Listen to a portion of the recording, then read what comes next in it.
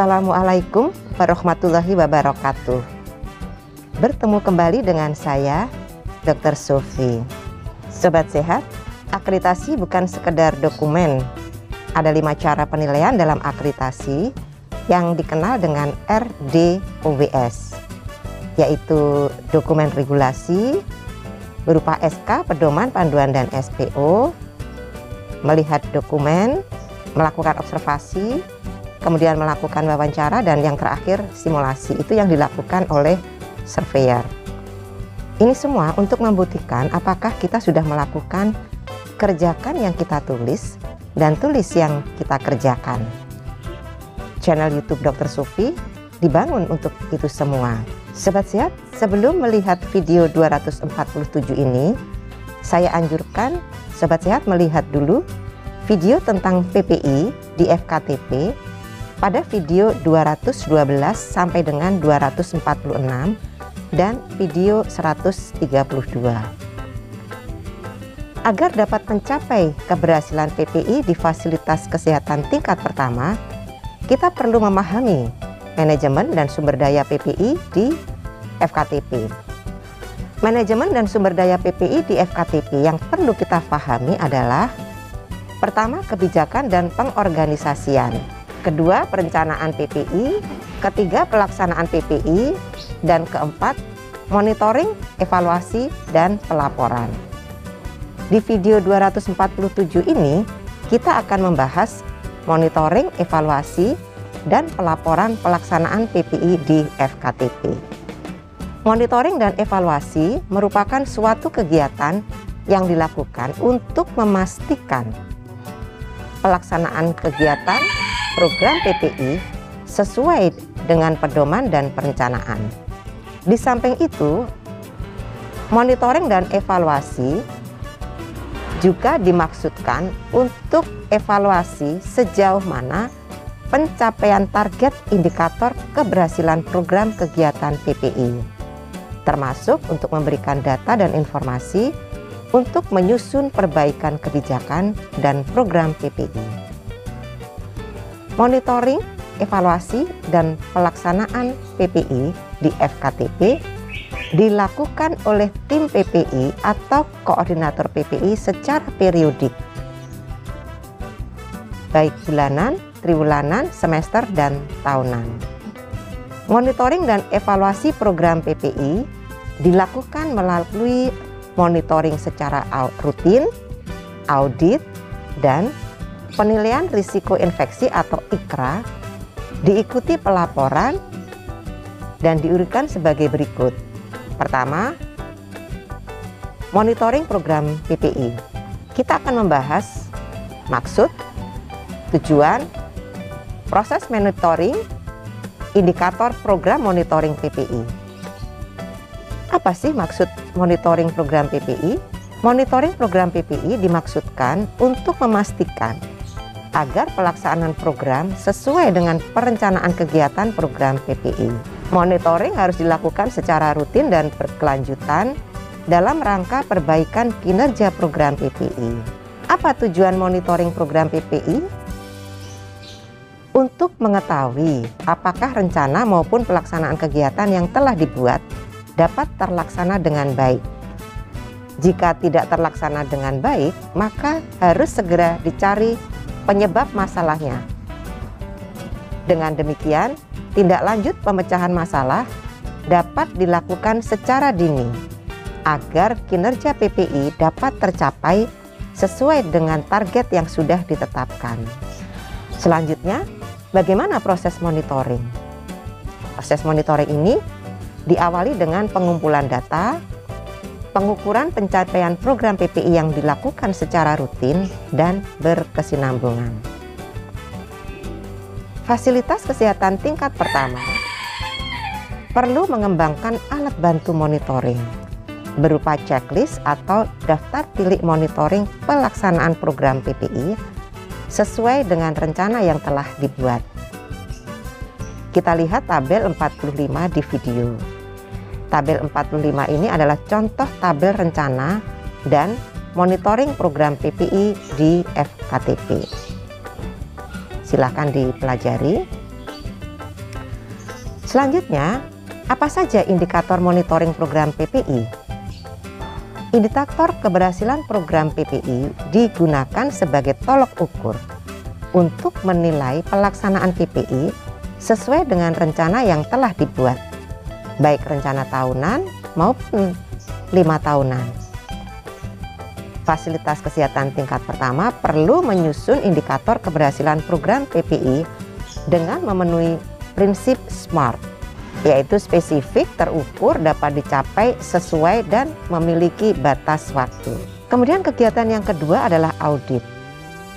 Di sini kita akan membahas pengertian audit, tujuan audit pada PPI, sasaran audit PPI, dan langkah-langkah audit PPI.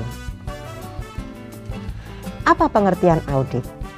Audit merupakan kegiatan mengumpulkan data dan informasi yang faktual dan signifikan, serta melalui interaksi secara sistematis, objektif, dan terdokumentasi. Kegiatan audit berorientasi pada asas pengendalian nilai atau manfaat dengan cara membandingkan antara standar yang terpilih dengan pelaksanaan di lapangan, melakukan pengecekan terhadap praktek aktual terhadap standar yang ada. Selanjutnya, apa tujuan audit pada PPI? Pertama, menilai kepatuhan terhadap standar. Kedua, menilai kesenjangan antara target yang ditetapkan dengan capaian yang diperoleh di FKTP atau Fasilitas Kesehatan Tingkat Pertama. Lalu, apa sasaran audit PPI? Sasaran audit PPI adalah pertama, audit program PPI. Kedua, kepatuhan petugas terhadap standar PPI. Ketiga, audit kewaspadaan standar. Bagaimana langkah-langkah audit pada PPI? Langkah-langkahnya pertama, membuat rencana berupa kegiatan audit, tim, dan lain-lain sesuai prioritas masalah. Kemudian yang kedua, menyiapkan tools audit berdasar pedoman audit sesuai standar dan peraturan. Kemudian review alur, protokol, dan kebijakan, persediaan, dan peralatan. Ketiga, lakukan pengumpulan data, observasi, wawancara, dan lain-lain pada kegiatan, sarana, prasarana yang akan diaudit. Keempat, lakukan penilaian hasil audit dan analisis dengan menentukan scoring, antara lain ditetapkan berdasarkan hasil pengumpulan data dengan kategori kepatuhan meliputi kurang sama dengan 75%, itu berarti kepatuhannya minimal. Kemudian scoring 76-80%, kepatuhan intermediate, dan lebih besar sama dengan 80%, kepatuhannya baik. Selanjutnya, kriteria ditandai dengan ya dan tidak. Nilai kepatuhan jumlah total ya dibagi jumlah total ya dan tidak dikalikan 100%. Kemudian hitung scoring menggunakan formula sebagai berikut. Jadi total jumlah ya dibanding total jumlah ya dan tidak kali 100% sama dengan berapa persen. Sobat sehat, berikut ada beberapa contoh instrumen penilaian kepatuhan terhadap SOP yang ada di FKTP sebagai berikut. Contoh pertama, kepatuhan kebersihan tangan untuk 5 momen. Kita lihat tabel 46, instrumen penilaian kebersihan tangan 5 momen pada video ini. Silahkan dipelajari. Di sini keterangannya, ya dilakukan sesuai dengan standar. Tidak artinya tidak dilakukan sesuai standar. Dan NA itu not available, jadi tidak bisa diukur atau tidak berlaku. Maka sesuai contoh penilaian di atas, hasil perhitungan tingkat kepatuhan kebersihan tangan sesuai dengan 5 momen penting adalah total jumlah ya itu ada 4, dan total jumlah ya dan tidak itu 4 ditambah 1 kali 100% itu sama dengan 4 dibagi 4 ditambah 1 kali 100% sama dengan 80%. Kemudian contoh yang kedua, kepatuhan penggunaan APD pada pertolongan persalinan. Sobat sehat, Kita bisa lihat pada tabel 47 instrumen penilaian kepatuhan menggunakan APD pada persalinan. Bisa dipelajari ya. Nah, maka sesuai contoh penilaian tadi, hasil perhitungan tingkat kepatuhan penggunaan APD pada persalinan adalah jumlah kepatuhan penggunaan APD dibagi jumlah APD yang diamati kali 100%. Itu sama dengan 4 dibagi 6 kali 100% sama dengan 66%. Selanjutnya lihat tabel 48, cara menilai kepatuhan penggunaan APD. Untuk menilai hasil pengukuran sebagai berikut, lihat tabel 48, cara menilai kepatuhan penggunaan APD. Bisa dipelajari ya tabelnya.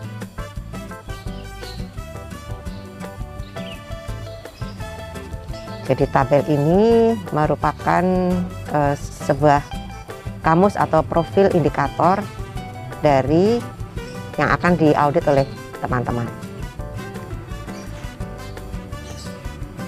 Berikutnya Sobat Sehat, kita bahas yang ketiga, yaitu penilaian dan pengendalian risiko infeksi atau IKRA.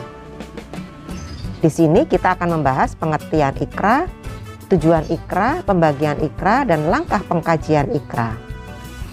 Apa pengertian penilaian dan pengendalian risiko infeksi atau IKRA?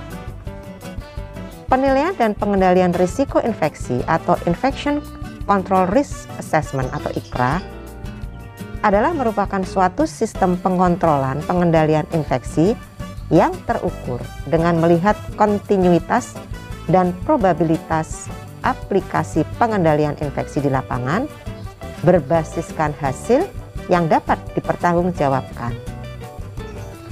IKRA adalah proses multidisiplin yang berfokus pada pengukuran infeksi, pendokumentasian bahwa dengan mempertimbangkan populasi pasien, fasilitas, dan program. Meliputi 1. Fokus pada pengurangan risiko dari infeksi. 2. Tahapan perencanaan fasilitas, desain, konstruksi, renovasi, pemeliharaan fasilitas. Dan 3. Pengetahuan tentang infeksi, agen infeksi, dan lingkungan perawatan yang memungkinkan organisasi untuk mengantisipasi dampak potensial. Sobat Sehat, selanjutnya apa penilaian dan pengendalian risiko infeksi atau IKRA tersebut?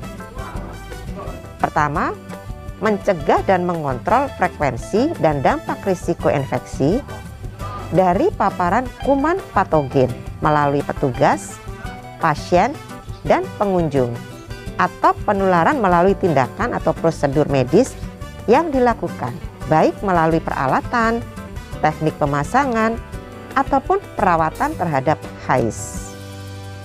Kedua, melakukan penilaian terhadap masalah yang ada agar dapat ditindaklanjuti berdasarkan hasil penilaian skala prioritas. Selanjutnya, bagaimana pembagian IKRA? Penilaian risiko infeksi atau IKRA di fasilitas pelayanan kesehatan menurut Permenkes 27 tahun 2017 terdiri atas 1. IKRA eksternal, meliputi penilaian risiko infeksi pada KLB atau kejadian luar biasa di komunitas, misalnya pada pandemi COVID-19, kontaminasi pada makanan, misalnya oleh salmonella, bencana alam, kecelakaan massal, dan lain-lain. Kedua, IKRA internal.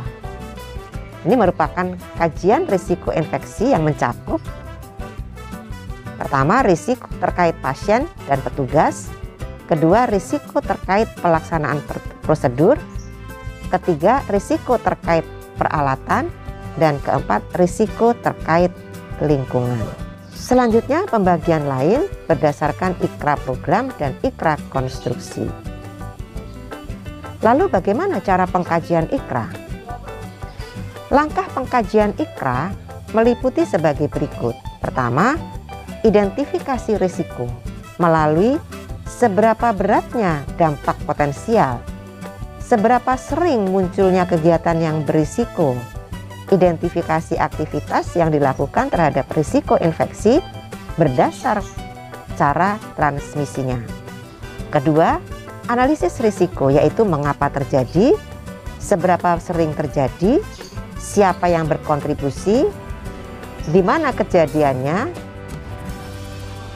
dan apa dampak serta biaya untuk mencegahnya. Ketiga, kontrol risiko dengan melakukan strategi pengurangan atau mengeliminasi kemungkinan risiko yang menjadi masalah.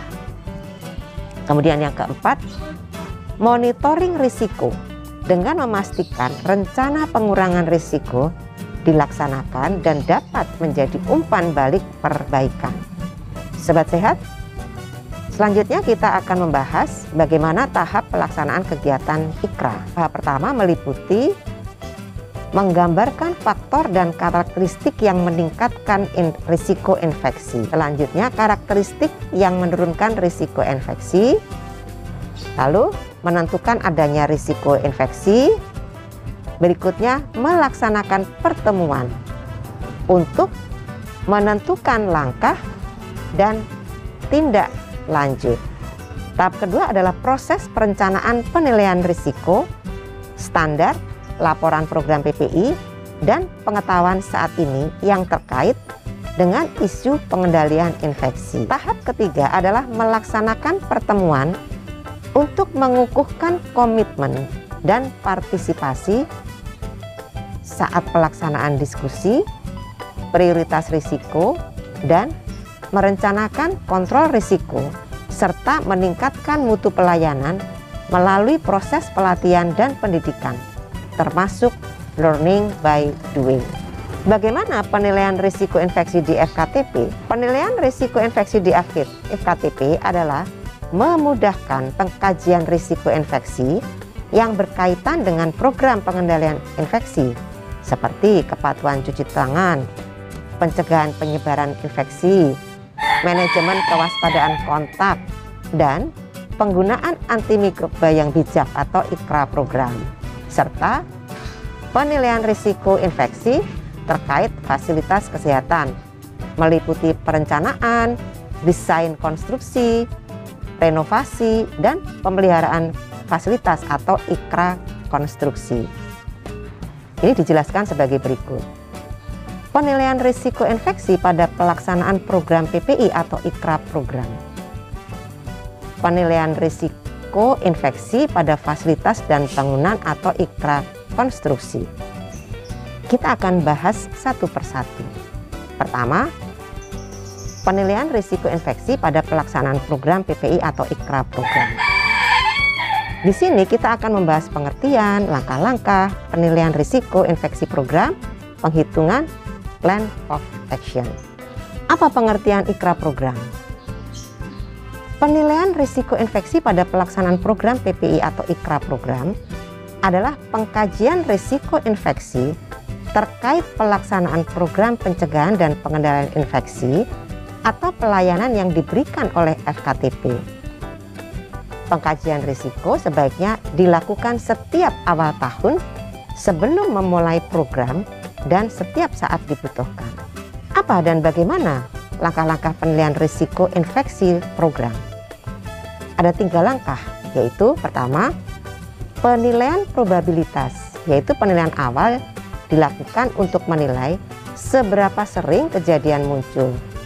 Semakin sering terjadi, semakin banyak risiko infeksi. Kita lihat tabel 49 di video. Sobat sehat bisa pelajari ya. Tabel 49 ini deskripsi tentang risiko terhadap frekuensi kejadian. Tentu sobat sehat bisa mempelajari kembali grading matriks risiko yang sudah pernah kita bahas pada video-video tentang keselamatan pasien. Kemudian yang kedua, penilaian dampak, yaitu penilaian terhadap risiko keparahan akibat kejadian yang muncul. Kita lihat tabel 50 di video. Tabel 50 ini tentang deskripsi tingkat risiko terhadap dampak. Ya, Sobat Sehat bisa mempelajari. Ini juga merupakan rangkaian pengulangan dari pembahasan tentang matriks grading risiko yang sudah kita pernah bahas di video-video tentang keselamatan pasien. Kemudian yang ketiga, penilaian tingkat risiko terhadap sistem yang ada, yaitu penilaian terhadap adanya peraturan, pelaksanaan, dan ketersediaan fasilitas. Kita lihat tabel 51 di video. Tabel 51 tentang deskripsi tingkat risiko terhadap sistem, peraturan, dan pelaksanaannya.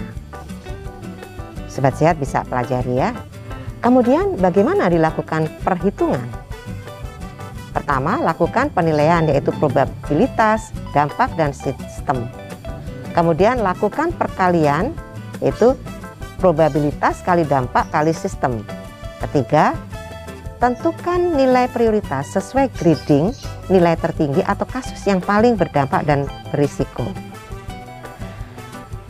Selanjutnya lihat tabel 52 di video.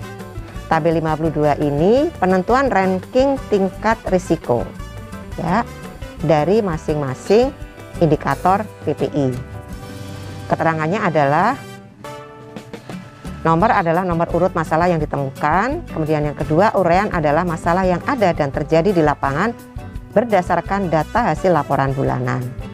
Ketiga, probability adalah nilai seringnya kejadian muncul atau ditemukan di lapangan. Keempat, dampak adalah akibat yang kemungkinan akan terjadi akibat masalah yang ada. 5, sistem adalah peraturan atau kebijakan yang ada, fasilitas yang ada, dan pelaksanaan di lapangan. Kemudian yang keenam, skor risiko adalah nilai akhir dari perkalian antara probability, dampak, dan sistem yang ada. Kemudian yang ketujuh, ranking skor adalah urutan nilai tertinggi dari skor risiko untuk dijadikan masalah prioritas. Selanjutnya bagaimana plan of action yang disusun? Plan of action untuk meningkatkan mutu dan dalam program PPI dengan menggunakan Fishbone atau sistem perbaikan mutu yang lain. Lihat tabel 53 contoh matriks plan of action dari PPI ya. Sobat Sehat bisa mempelajari dan mengisinya sesuai dengan permasalahan yang ada di FKTP masing-masing. Selanjutnya kita akan bahas kalau tadi penilaian risiko infeksi pada program. Berikutnya yang kedua, penilaian risiko infeksi pada fasilitas dan bangunan atau IKRA konstruksi. Di sini kita akan membahas pengertian, tujuan, keterlibatan tim PPI, langkah penilaian risiko infeksi konstruksi atau IKRA konstruksi. Apa pengertian dari penilaian risiko infeksi pada fasilitas dan bangunan atau IKRA konstruksi? Pengertiannya adalah pengkajian risiko infeksi terkait fasilitas pelayanan kesehatan khususnya bangunan, baik untuk konstruksi baru ataupun renovasi dan lain-lain. Apa sih tujuan dari penilaian risiko infeksi pada fasilitas dan bangunan atau IKRA konstruksi? Tujuannya adalah mengurangi dampak infeksi spesifik atau masalah yang muncul selama konstruksi renovasi yang dilakukan. Bagaimana keterlibatan tim PPI? Tim atau penanggung jawab PPI harus terlibat atau dilibatkan dalam pertemuan perencanaan gedung baru atau renovasi. Berkaitan hal-hal sebagai berikut. Pertama, bagaimana produk, peralatan, ruangan, atau bangunan yang akan dibuat. Kemudian, solusi apa yang mungkin tersedia? Apa prinsip pengendalian infeksi atau peraturan eksternal yang berlaku? Dan apa yang disarankan bukti terkait dengan konteks spesifik? Apa hukum yang mengatur proyek? Apa standar dari pedoman dari Badan Arsitektur dan Teknik Departemen Pemerintah dan lembaga akreditasi? Produk atau desain mana yang paling sesuai dengan persyaratan pengendalian infeksi, keselamatan, kepuasan karyawan dan pasien, serta kendala biaya? Lalu apa dan bagaimana langkah penilaian risiko infeksi konstruksi atau IKRA konstruksi? Penilaian risiko dalam PPI terkait perencanaan fasilitas dan konstruksi bangunan Dilakukan dengan langkah-langkah berikut ini. Pertama, tentukan tipe konstruksi baru atau renovasi bangunan berdasarkan tingkat risiko sebagai berikut. Pertama, tipe A. Pada tipe A, kegiatan renovasi atau konstruksi dengan risiko rendah, misalnya pemindahan plafon. Tipe B, kegiatan renovasi skala kecil, durasi pendek. Tipe D adalah kegiatan pembangunan proyek konstruksi dan pembongkaran gedung dengan skala besar, misalnya konstruksi baru atau pembangunan gedung baru. Selanjutnya, langkah yang kedua adalah identifikasi tingkat risiko area dan pengelompokan pasien berdasarkan risiko. Misalnya, risiko rendah, contoh renovasi pada area perkantoran. Risiko sedang, contoh area rawat jalan. Risiko tinggi pada plan pasien dengan kondisi rentan, misalnya ruang pelayanan kesehatan gigi dan mulut, ruang tindakan, ruang IGD, ruang perawatan pasien. Kemudian risiko sangat tinggi dengan area pelayanan pasien dengan imunitas rentan, misalnya ICU dan unit luka bakar yang ini tidak tersedia di FKTP. Kemudian yang ketiga, tentukan kelas kewaspadaan dan intervensi PPI. Lihat tabel 54 di video. Tabel 54 ini adalah tabel tentang risiko berdasarkan tipe konstruksi. Sobat Sehat bisa mempelajari ya, tipe konstruksinya tadi sudah kita bahas, tipe A sampai tipe D. Kemudian kelompok pasien yang berisiko rendah, sedang, tinggi, sangat tinggi ya. Nah, cara menentukan kelas intervensi adalah sebagai berikut. Ya, dari tabel tadi, tarik garis lurus sesuai tingkat risiko pasien ke arah tipe konstruksi yang sesuai. Kolom di mana ketemu, kedua garis menunjukkan kelas intervensi. Jika ketemu pada kolom kelas terdapat dua nilai, maka diambil yang tertinggi. Lihat contoh berikut ini terpilih sebagai kelas keempat. Lihat tabel 55 di video. Tabel 55 itu risiko berdasarkan tipe konstruksi. Ya, kita lihat garis merah itu yang mempertemukan antara tipe konstruksi dengan kelompok pasien yang berisiko. Sobat Sehat bisa mempelajari ini. Kemudian yang keempat, tentukan langkah-langkah intervensi PPI berdasarkan kelas yang telah diperoleh sebelumnya sebagai berikut. Kelas 1 sebagai berikut, lakukan pekerjaan dengan metode meminimalkan debu.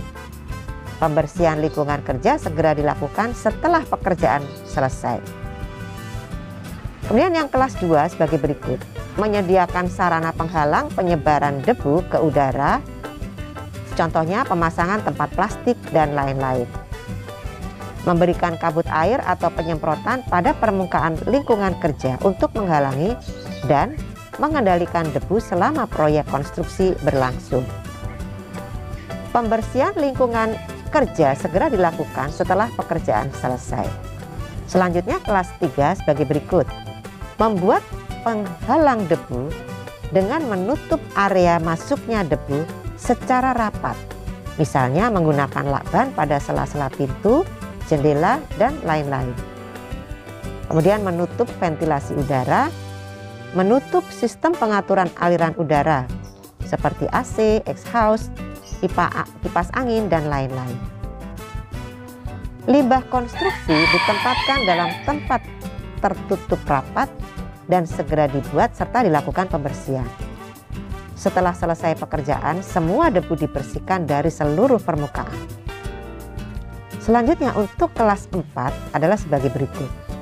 Buat pembatas area kerja dan harus dipasang sampai proyek selesai serta dibersihkan. Kemudian menutup jendela pada area perawatan pasien yang dinilai rentan untuk meminimalkan masuknya spora jamur yang dihasilkan oleh pekerjaan bangunan di dekatnya. Jika penyedot debu digunakan, pastikan Penyedot debu tadi memiliki filter efisiensi yang tinggi. Mengisolasikan atau menutup rapat sistem pengaturan aliran udara baik AC, kipas angin maupun exhaust di area kerja untuk mencegah kontaminasi sistem saluran udara ke dalam ruangan pasien. Mengangkut puing-puing dalam kantong atau tempat tertutup rapat atau menutupi puing-puing dengan kain basah. Jangan mengangkut puing-puing melalui area perawatan pasien, tetapi melalui pintu keluar yang berbeda. Kita lihat tabel 56 di video. Tabel 56 di video ini adalah contoh surat izin kerja PPI dan pengawasan IKRA atau IKRA konstruksi. Sobat sehat bisa mempelajari dan bisa mengadopnya pada saat pelaksanaan di fashiankes masing-masing. Selanjutnya kita akan bahas langkah yang keempat, pelaporan kegiatan PPI. Laporan kegiatan PPI di fasilitas pelayanan kesehatan dibuat secara terintegrasi dengan sistem pelaporan yang berlaku selama ini. Untuk mengukur tingkat keberhasilan pelaksanaan program PPI di lapangan, laporan harus dibuat secara periodik, tergantung kebijakan yang berlaku di masing-masing daerah. Bisa dibuat setiap 3 bulan, semester, tahunan, atau sewaktu-waktu jika diperlukan. Laporan dilengkapi dengan rekomendasi tindak lanjut bagi pihak terkait untuk peningkatan pengendalian infeksi, dan hasil laporan didiseminasikan kepada pihak-pihak terkait agar dapat memanfaatkan informasi tersebut untuk menetapkan strategi pengendalian infeksi di FKTP. Laporan kegiatan PPI meliputi pertama, laporan hasil surveillance, laporan kegiatan monitoring atau audit kepatuhan pelaksanaan PPI, laporan hasil kemajuan IKRA baik program maupun konstruksi, laporan hasil investigasi KLB atau kejadian luar biasa bila ada KLB, laporan kegiatan penyuluhan dan diklat, laporan hasil monitoring penggunaan antibiotika yang bijak. Bagaimana bentuk laporannya? Bentuk laporan kegiatan PPI mengikuti hasil pencatatan, analisis data, dan pelaporan yang telah dilakukan pada kegiatan surveillance, audit, IKRA, penggunaan antibiotik yang bijak, serta kegiatan PPI lainnya. Bentuk laporan dapat dikembangkan sendiri atau mengikuti kebijakan masing-masing FKTP. Pengumpulan data menggunakan form manual atau sistem informasi teknologi yang dimiliki dengan membuat format laporan harian, bulanan, dan lain-lain seperti pada kegiatan surveillance. Selanjutnya lihat di video tabel 57 contoh format laporan PPI. Bisa dipelajari oleh sobat sehat tabel 57 ini. Keterangannya adalah unit pelayanan adalah unit yang akan dilakukan penilaian angka kejadian infeksi. Persen target adalah target yang ditetapkan dalam pencapaian tujuan kinerja bidang PPI dari unit yang ditetapkan. Infeksi postpartum adalah infeksi yang terjadi pada pasien postpartum atau sesudah melahirkan. Abses gigi adalah pasien yang mengalami abses gigi pada area gigi yang dilakukan tindakan perawatan gigi, di mana pada saat datang tidak ditemukan tanda-tanda infeksi. Infeksi pasca imunisasi adalah pasien yang dilakukan imunisasi mendapat tanda-tanda infeksi panas, sakit, merah, dan bengkak. N adalah numerator, yaitu jumlah kasus infeksi pada periode tertentu. D adalah denominator, yaitu jumlah pasien yang dilakukan tindakan pada periode tertentu. Persen adalah numerator dibagi denominator dikali 10%. Selanjutnya, periode pelaporan. Seperti apa ya? Pelaporan kejadian infeksi dilakukan per periode 1 bulan atau sesuai kebijakan masing-masing FKTP. Laporan disampaikan ke pimpinan fasilitas pelayanan kesehatan oleh ketua tim PPI atau penanggung jawab PPI untuk dilakukan tindak lanjut dan perbaikan. Sobat sehat, keberhasilan sebuah bangsa dalam mencegah atau meminimalisir terjadinya penularan penyakit berkaitan dengan pelayanan yang diberikan atau HIS maupun penyakit infeksi emerging sangat tergantung pada sejauh mana fasilitas pelayanan kesehatan mampu menerapkan PPI secara konsisten dan berkesinambungan. Termasuk dalam hal ini, fasilitas pelayanan kesehatan tingkat pertama, baik puskesmas, klinik, tempat praktek mandiri dokter dan dokter gigi. Sebagaimana kita ketahui bahwa FKTP di seluruh Indonesia jumlahnya sangat besar, yaitu sekitar 27 ribuan yang tersebar dari Sabang sampai Merauke. Oleh karena itu merupakan tantangan yang besar yang memerlukan komitmen dan peran aktif semua pihak, terutama jajaran Dinas Kesehatan Kabupaten Kota, agar semua FKTP yang ada di wilayahnya mampu menerapkan pencegahan dan pengendalian infeksi atau PPI. Kepatuhan petugas menerapkan kebijakan, pedoman, aturan, dan prosedur merupakan kunci keberhasilan penerapan PPI. Meski demikian, penerapan PPI harus didukung oleh ketersediaan SDM, sarana dan prasarana, alat kesehatan, BHMP, dan anggaran. Hal ini merupakan tugas dan tanggung jawab manajerial dari pimpinan atau pengelola FKTP, termasuk Dinas Kesehatan Kota. Selain itu, aspek pencatatan, pelaporan, monitoring, dan evaluasi menjadi penentu keberhasilan pelaksanaannya. Aspek lain yang tidak kalah pentingnya adalah edukasi kepada pengguna layanan, sasaran, keluarga, dan masyarakat, bagaimana pentingnya mengetahui praktek atau perilaku yang berkaitan dengan pencegahan dan pengendalian penyakit infeksi atau PPI. Bagaimana mencegah dan memutus secara dini rantai penularan infeksi di masyarakat, termasuk menerapkan pola hidup bersih sehat atau PHBS dan melaksanakan gerakan masyarakat sehat atau GERMAS. Pedoman teknis PPI ini diharapkan menjadi acuan mengelola pelayanan yang disediakan oleh setiap FKTP dalam rangka peningkatan mutu pelayanan kesehatan di FKTP, sekaligus merupakan bagian yang tidak terpisahkan dari kebijakan, peraturan, perundang-undangan, pedoman, dan standar yang telah dikeluarkan oleh Kementerian Kesehatan. Penerapan PPI secara konsisten dan berkelanjutan bukan hanya akan mengurangi kasus HIS di fasilitas pelayanan kesehatan, tetapi juga dalam upaya memutus mata rantai infeksi sejak di masyarakat, serta bagian dari upaya memperkuat dan mempersiapkan seluruh FKTP dalam menghadapi kasus penyebaran penyakit infeksi emerging seperti wabah pandemi COVID-19 yang telah melanda lebih dari 200 negara di seluruh dunia. Akhirnya dengan diterbitkannya pedoman teknis PPI di FKTP ini, sebagai penyebaran lebih lanjut dari Permenkes 27 tahun 2017 tentang pedoman PPI di Fasyankes, serta implementasi Permenkes 43 tahun 2019 tentang Pusat Kesehatan Masyarakat, maka diharapkan menjadi acuan semua pihak agar penerapan PPI di FKTP mampu laksana sesuai kondisi dan kemampuan masing-masing FKTP.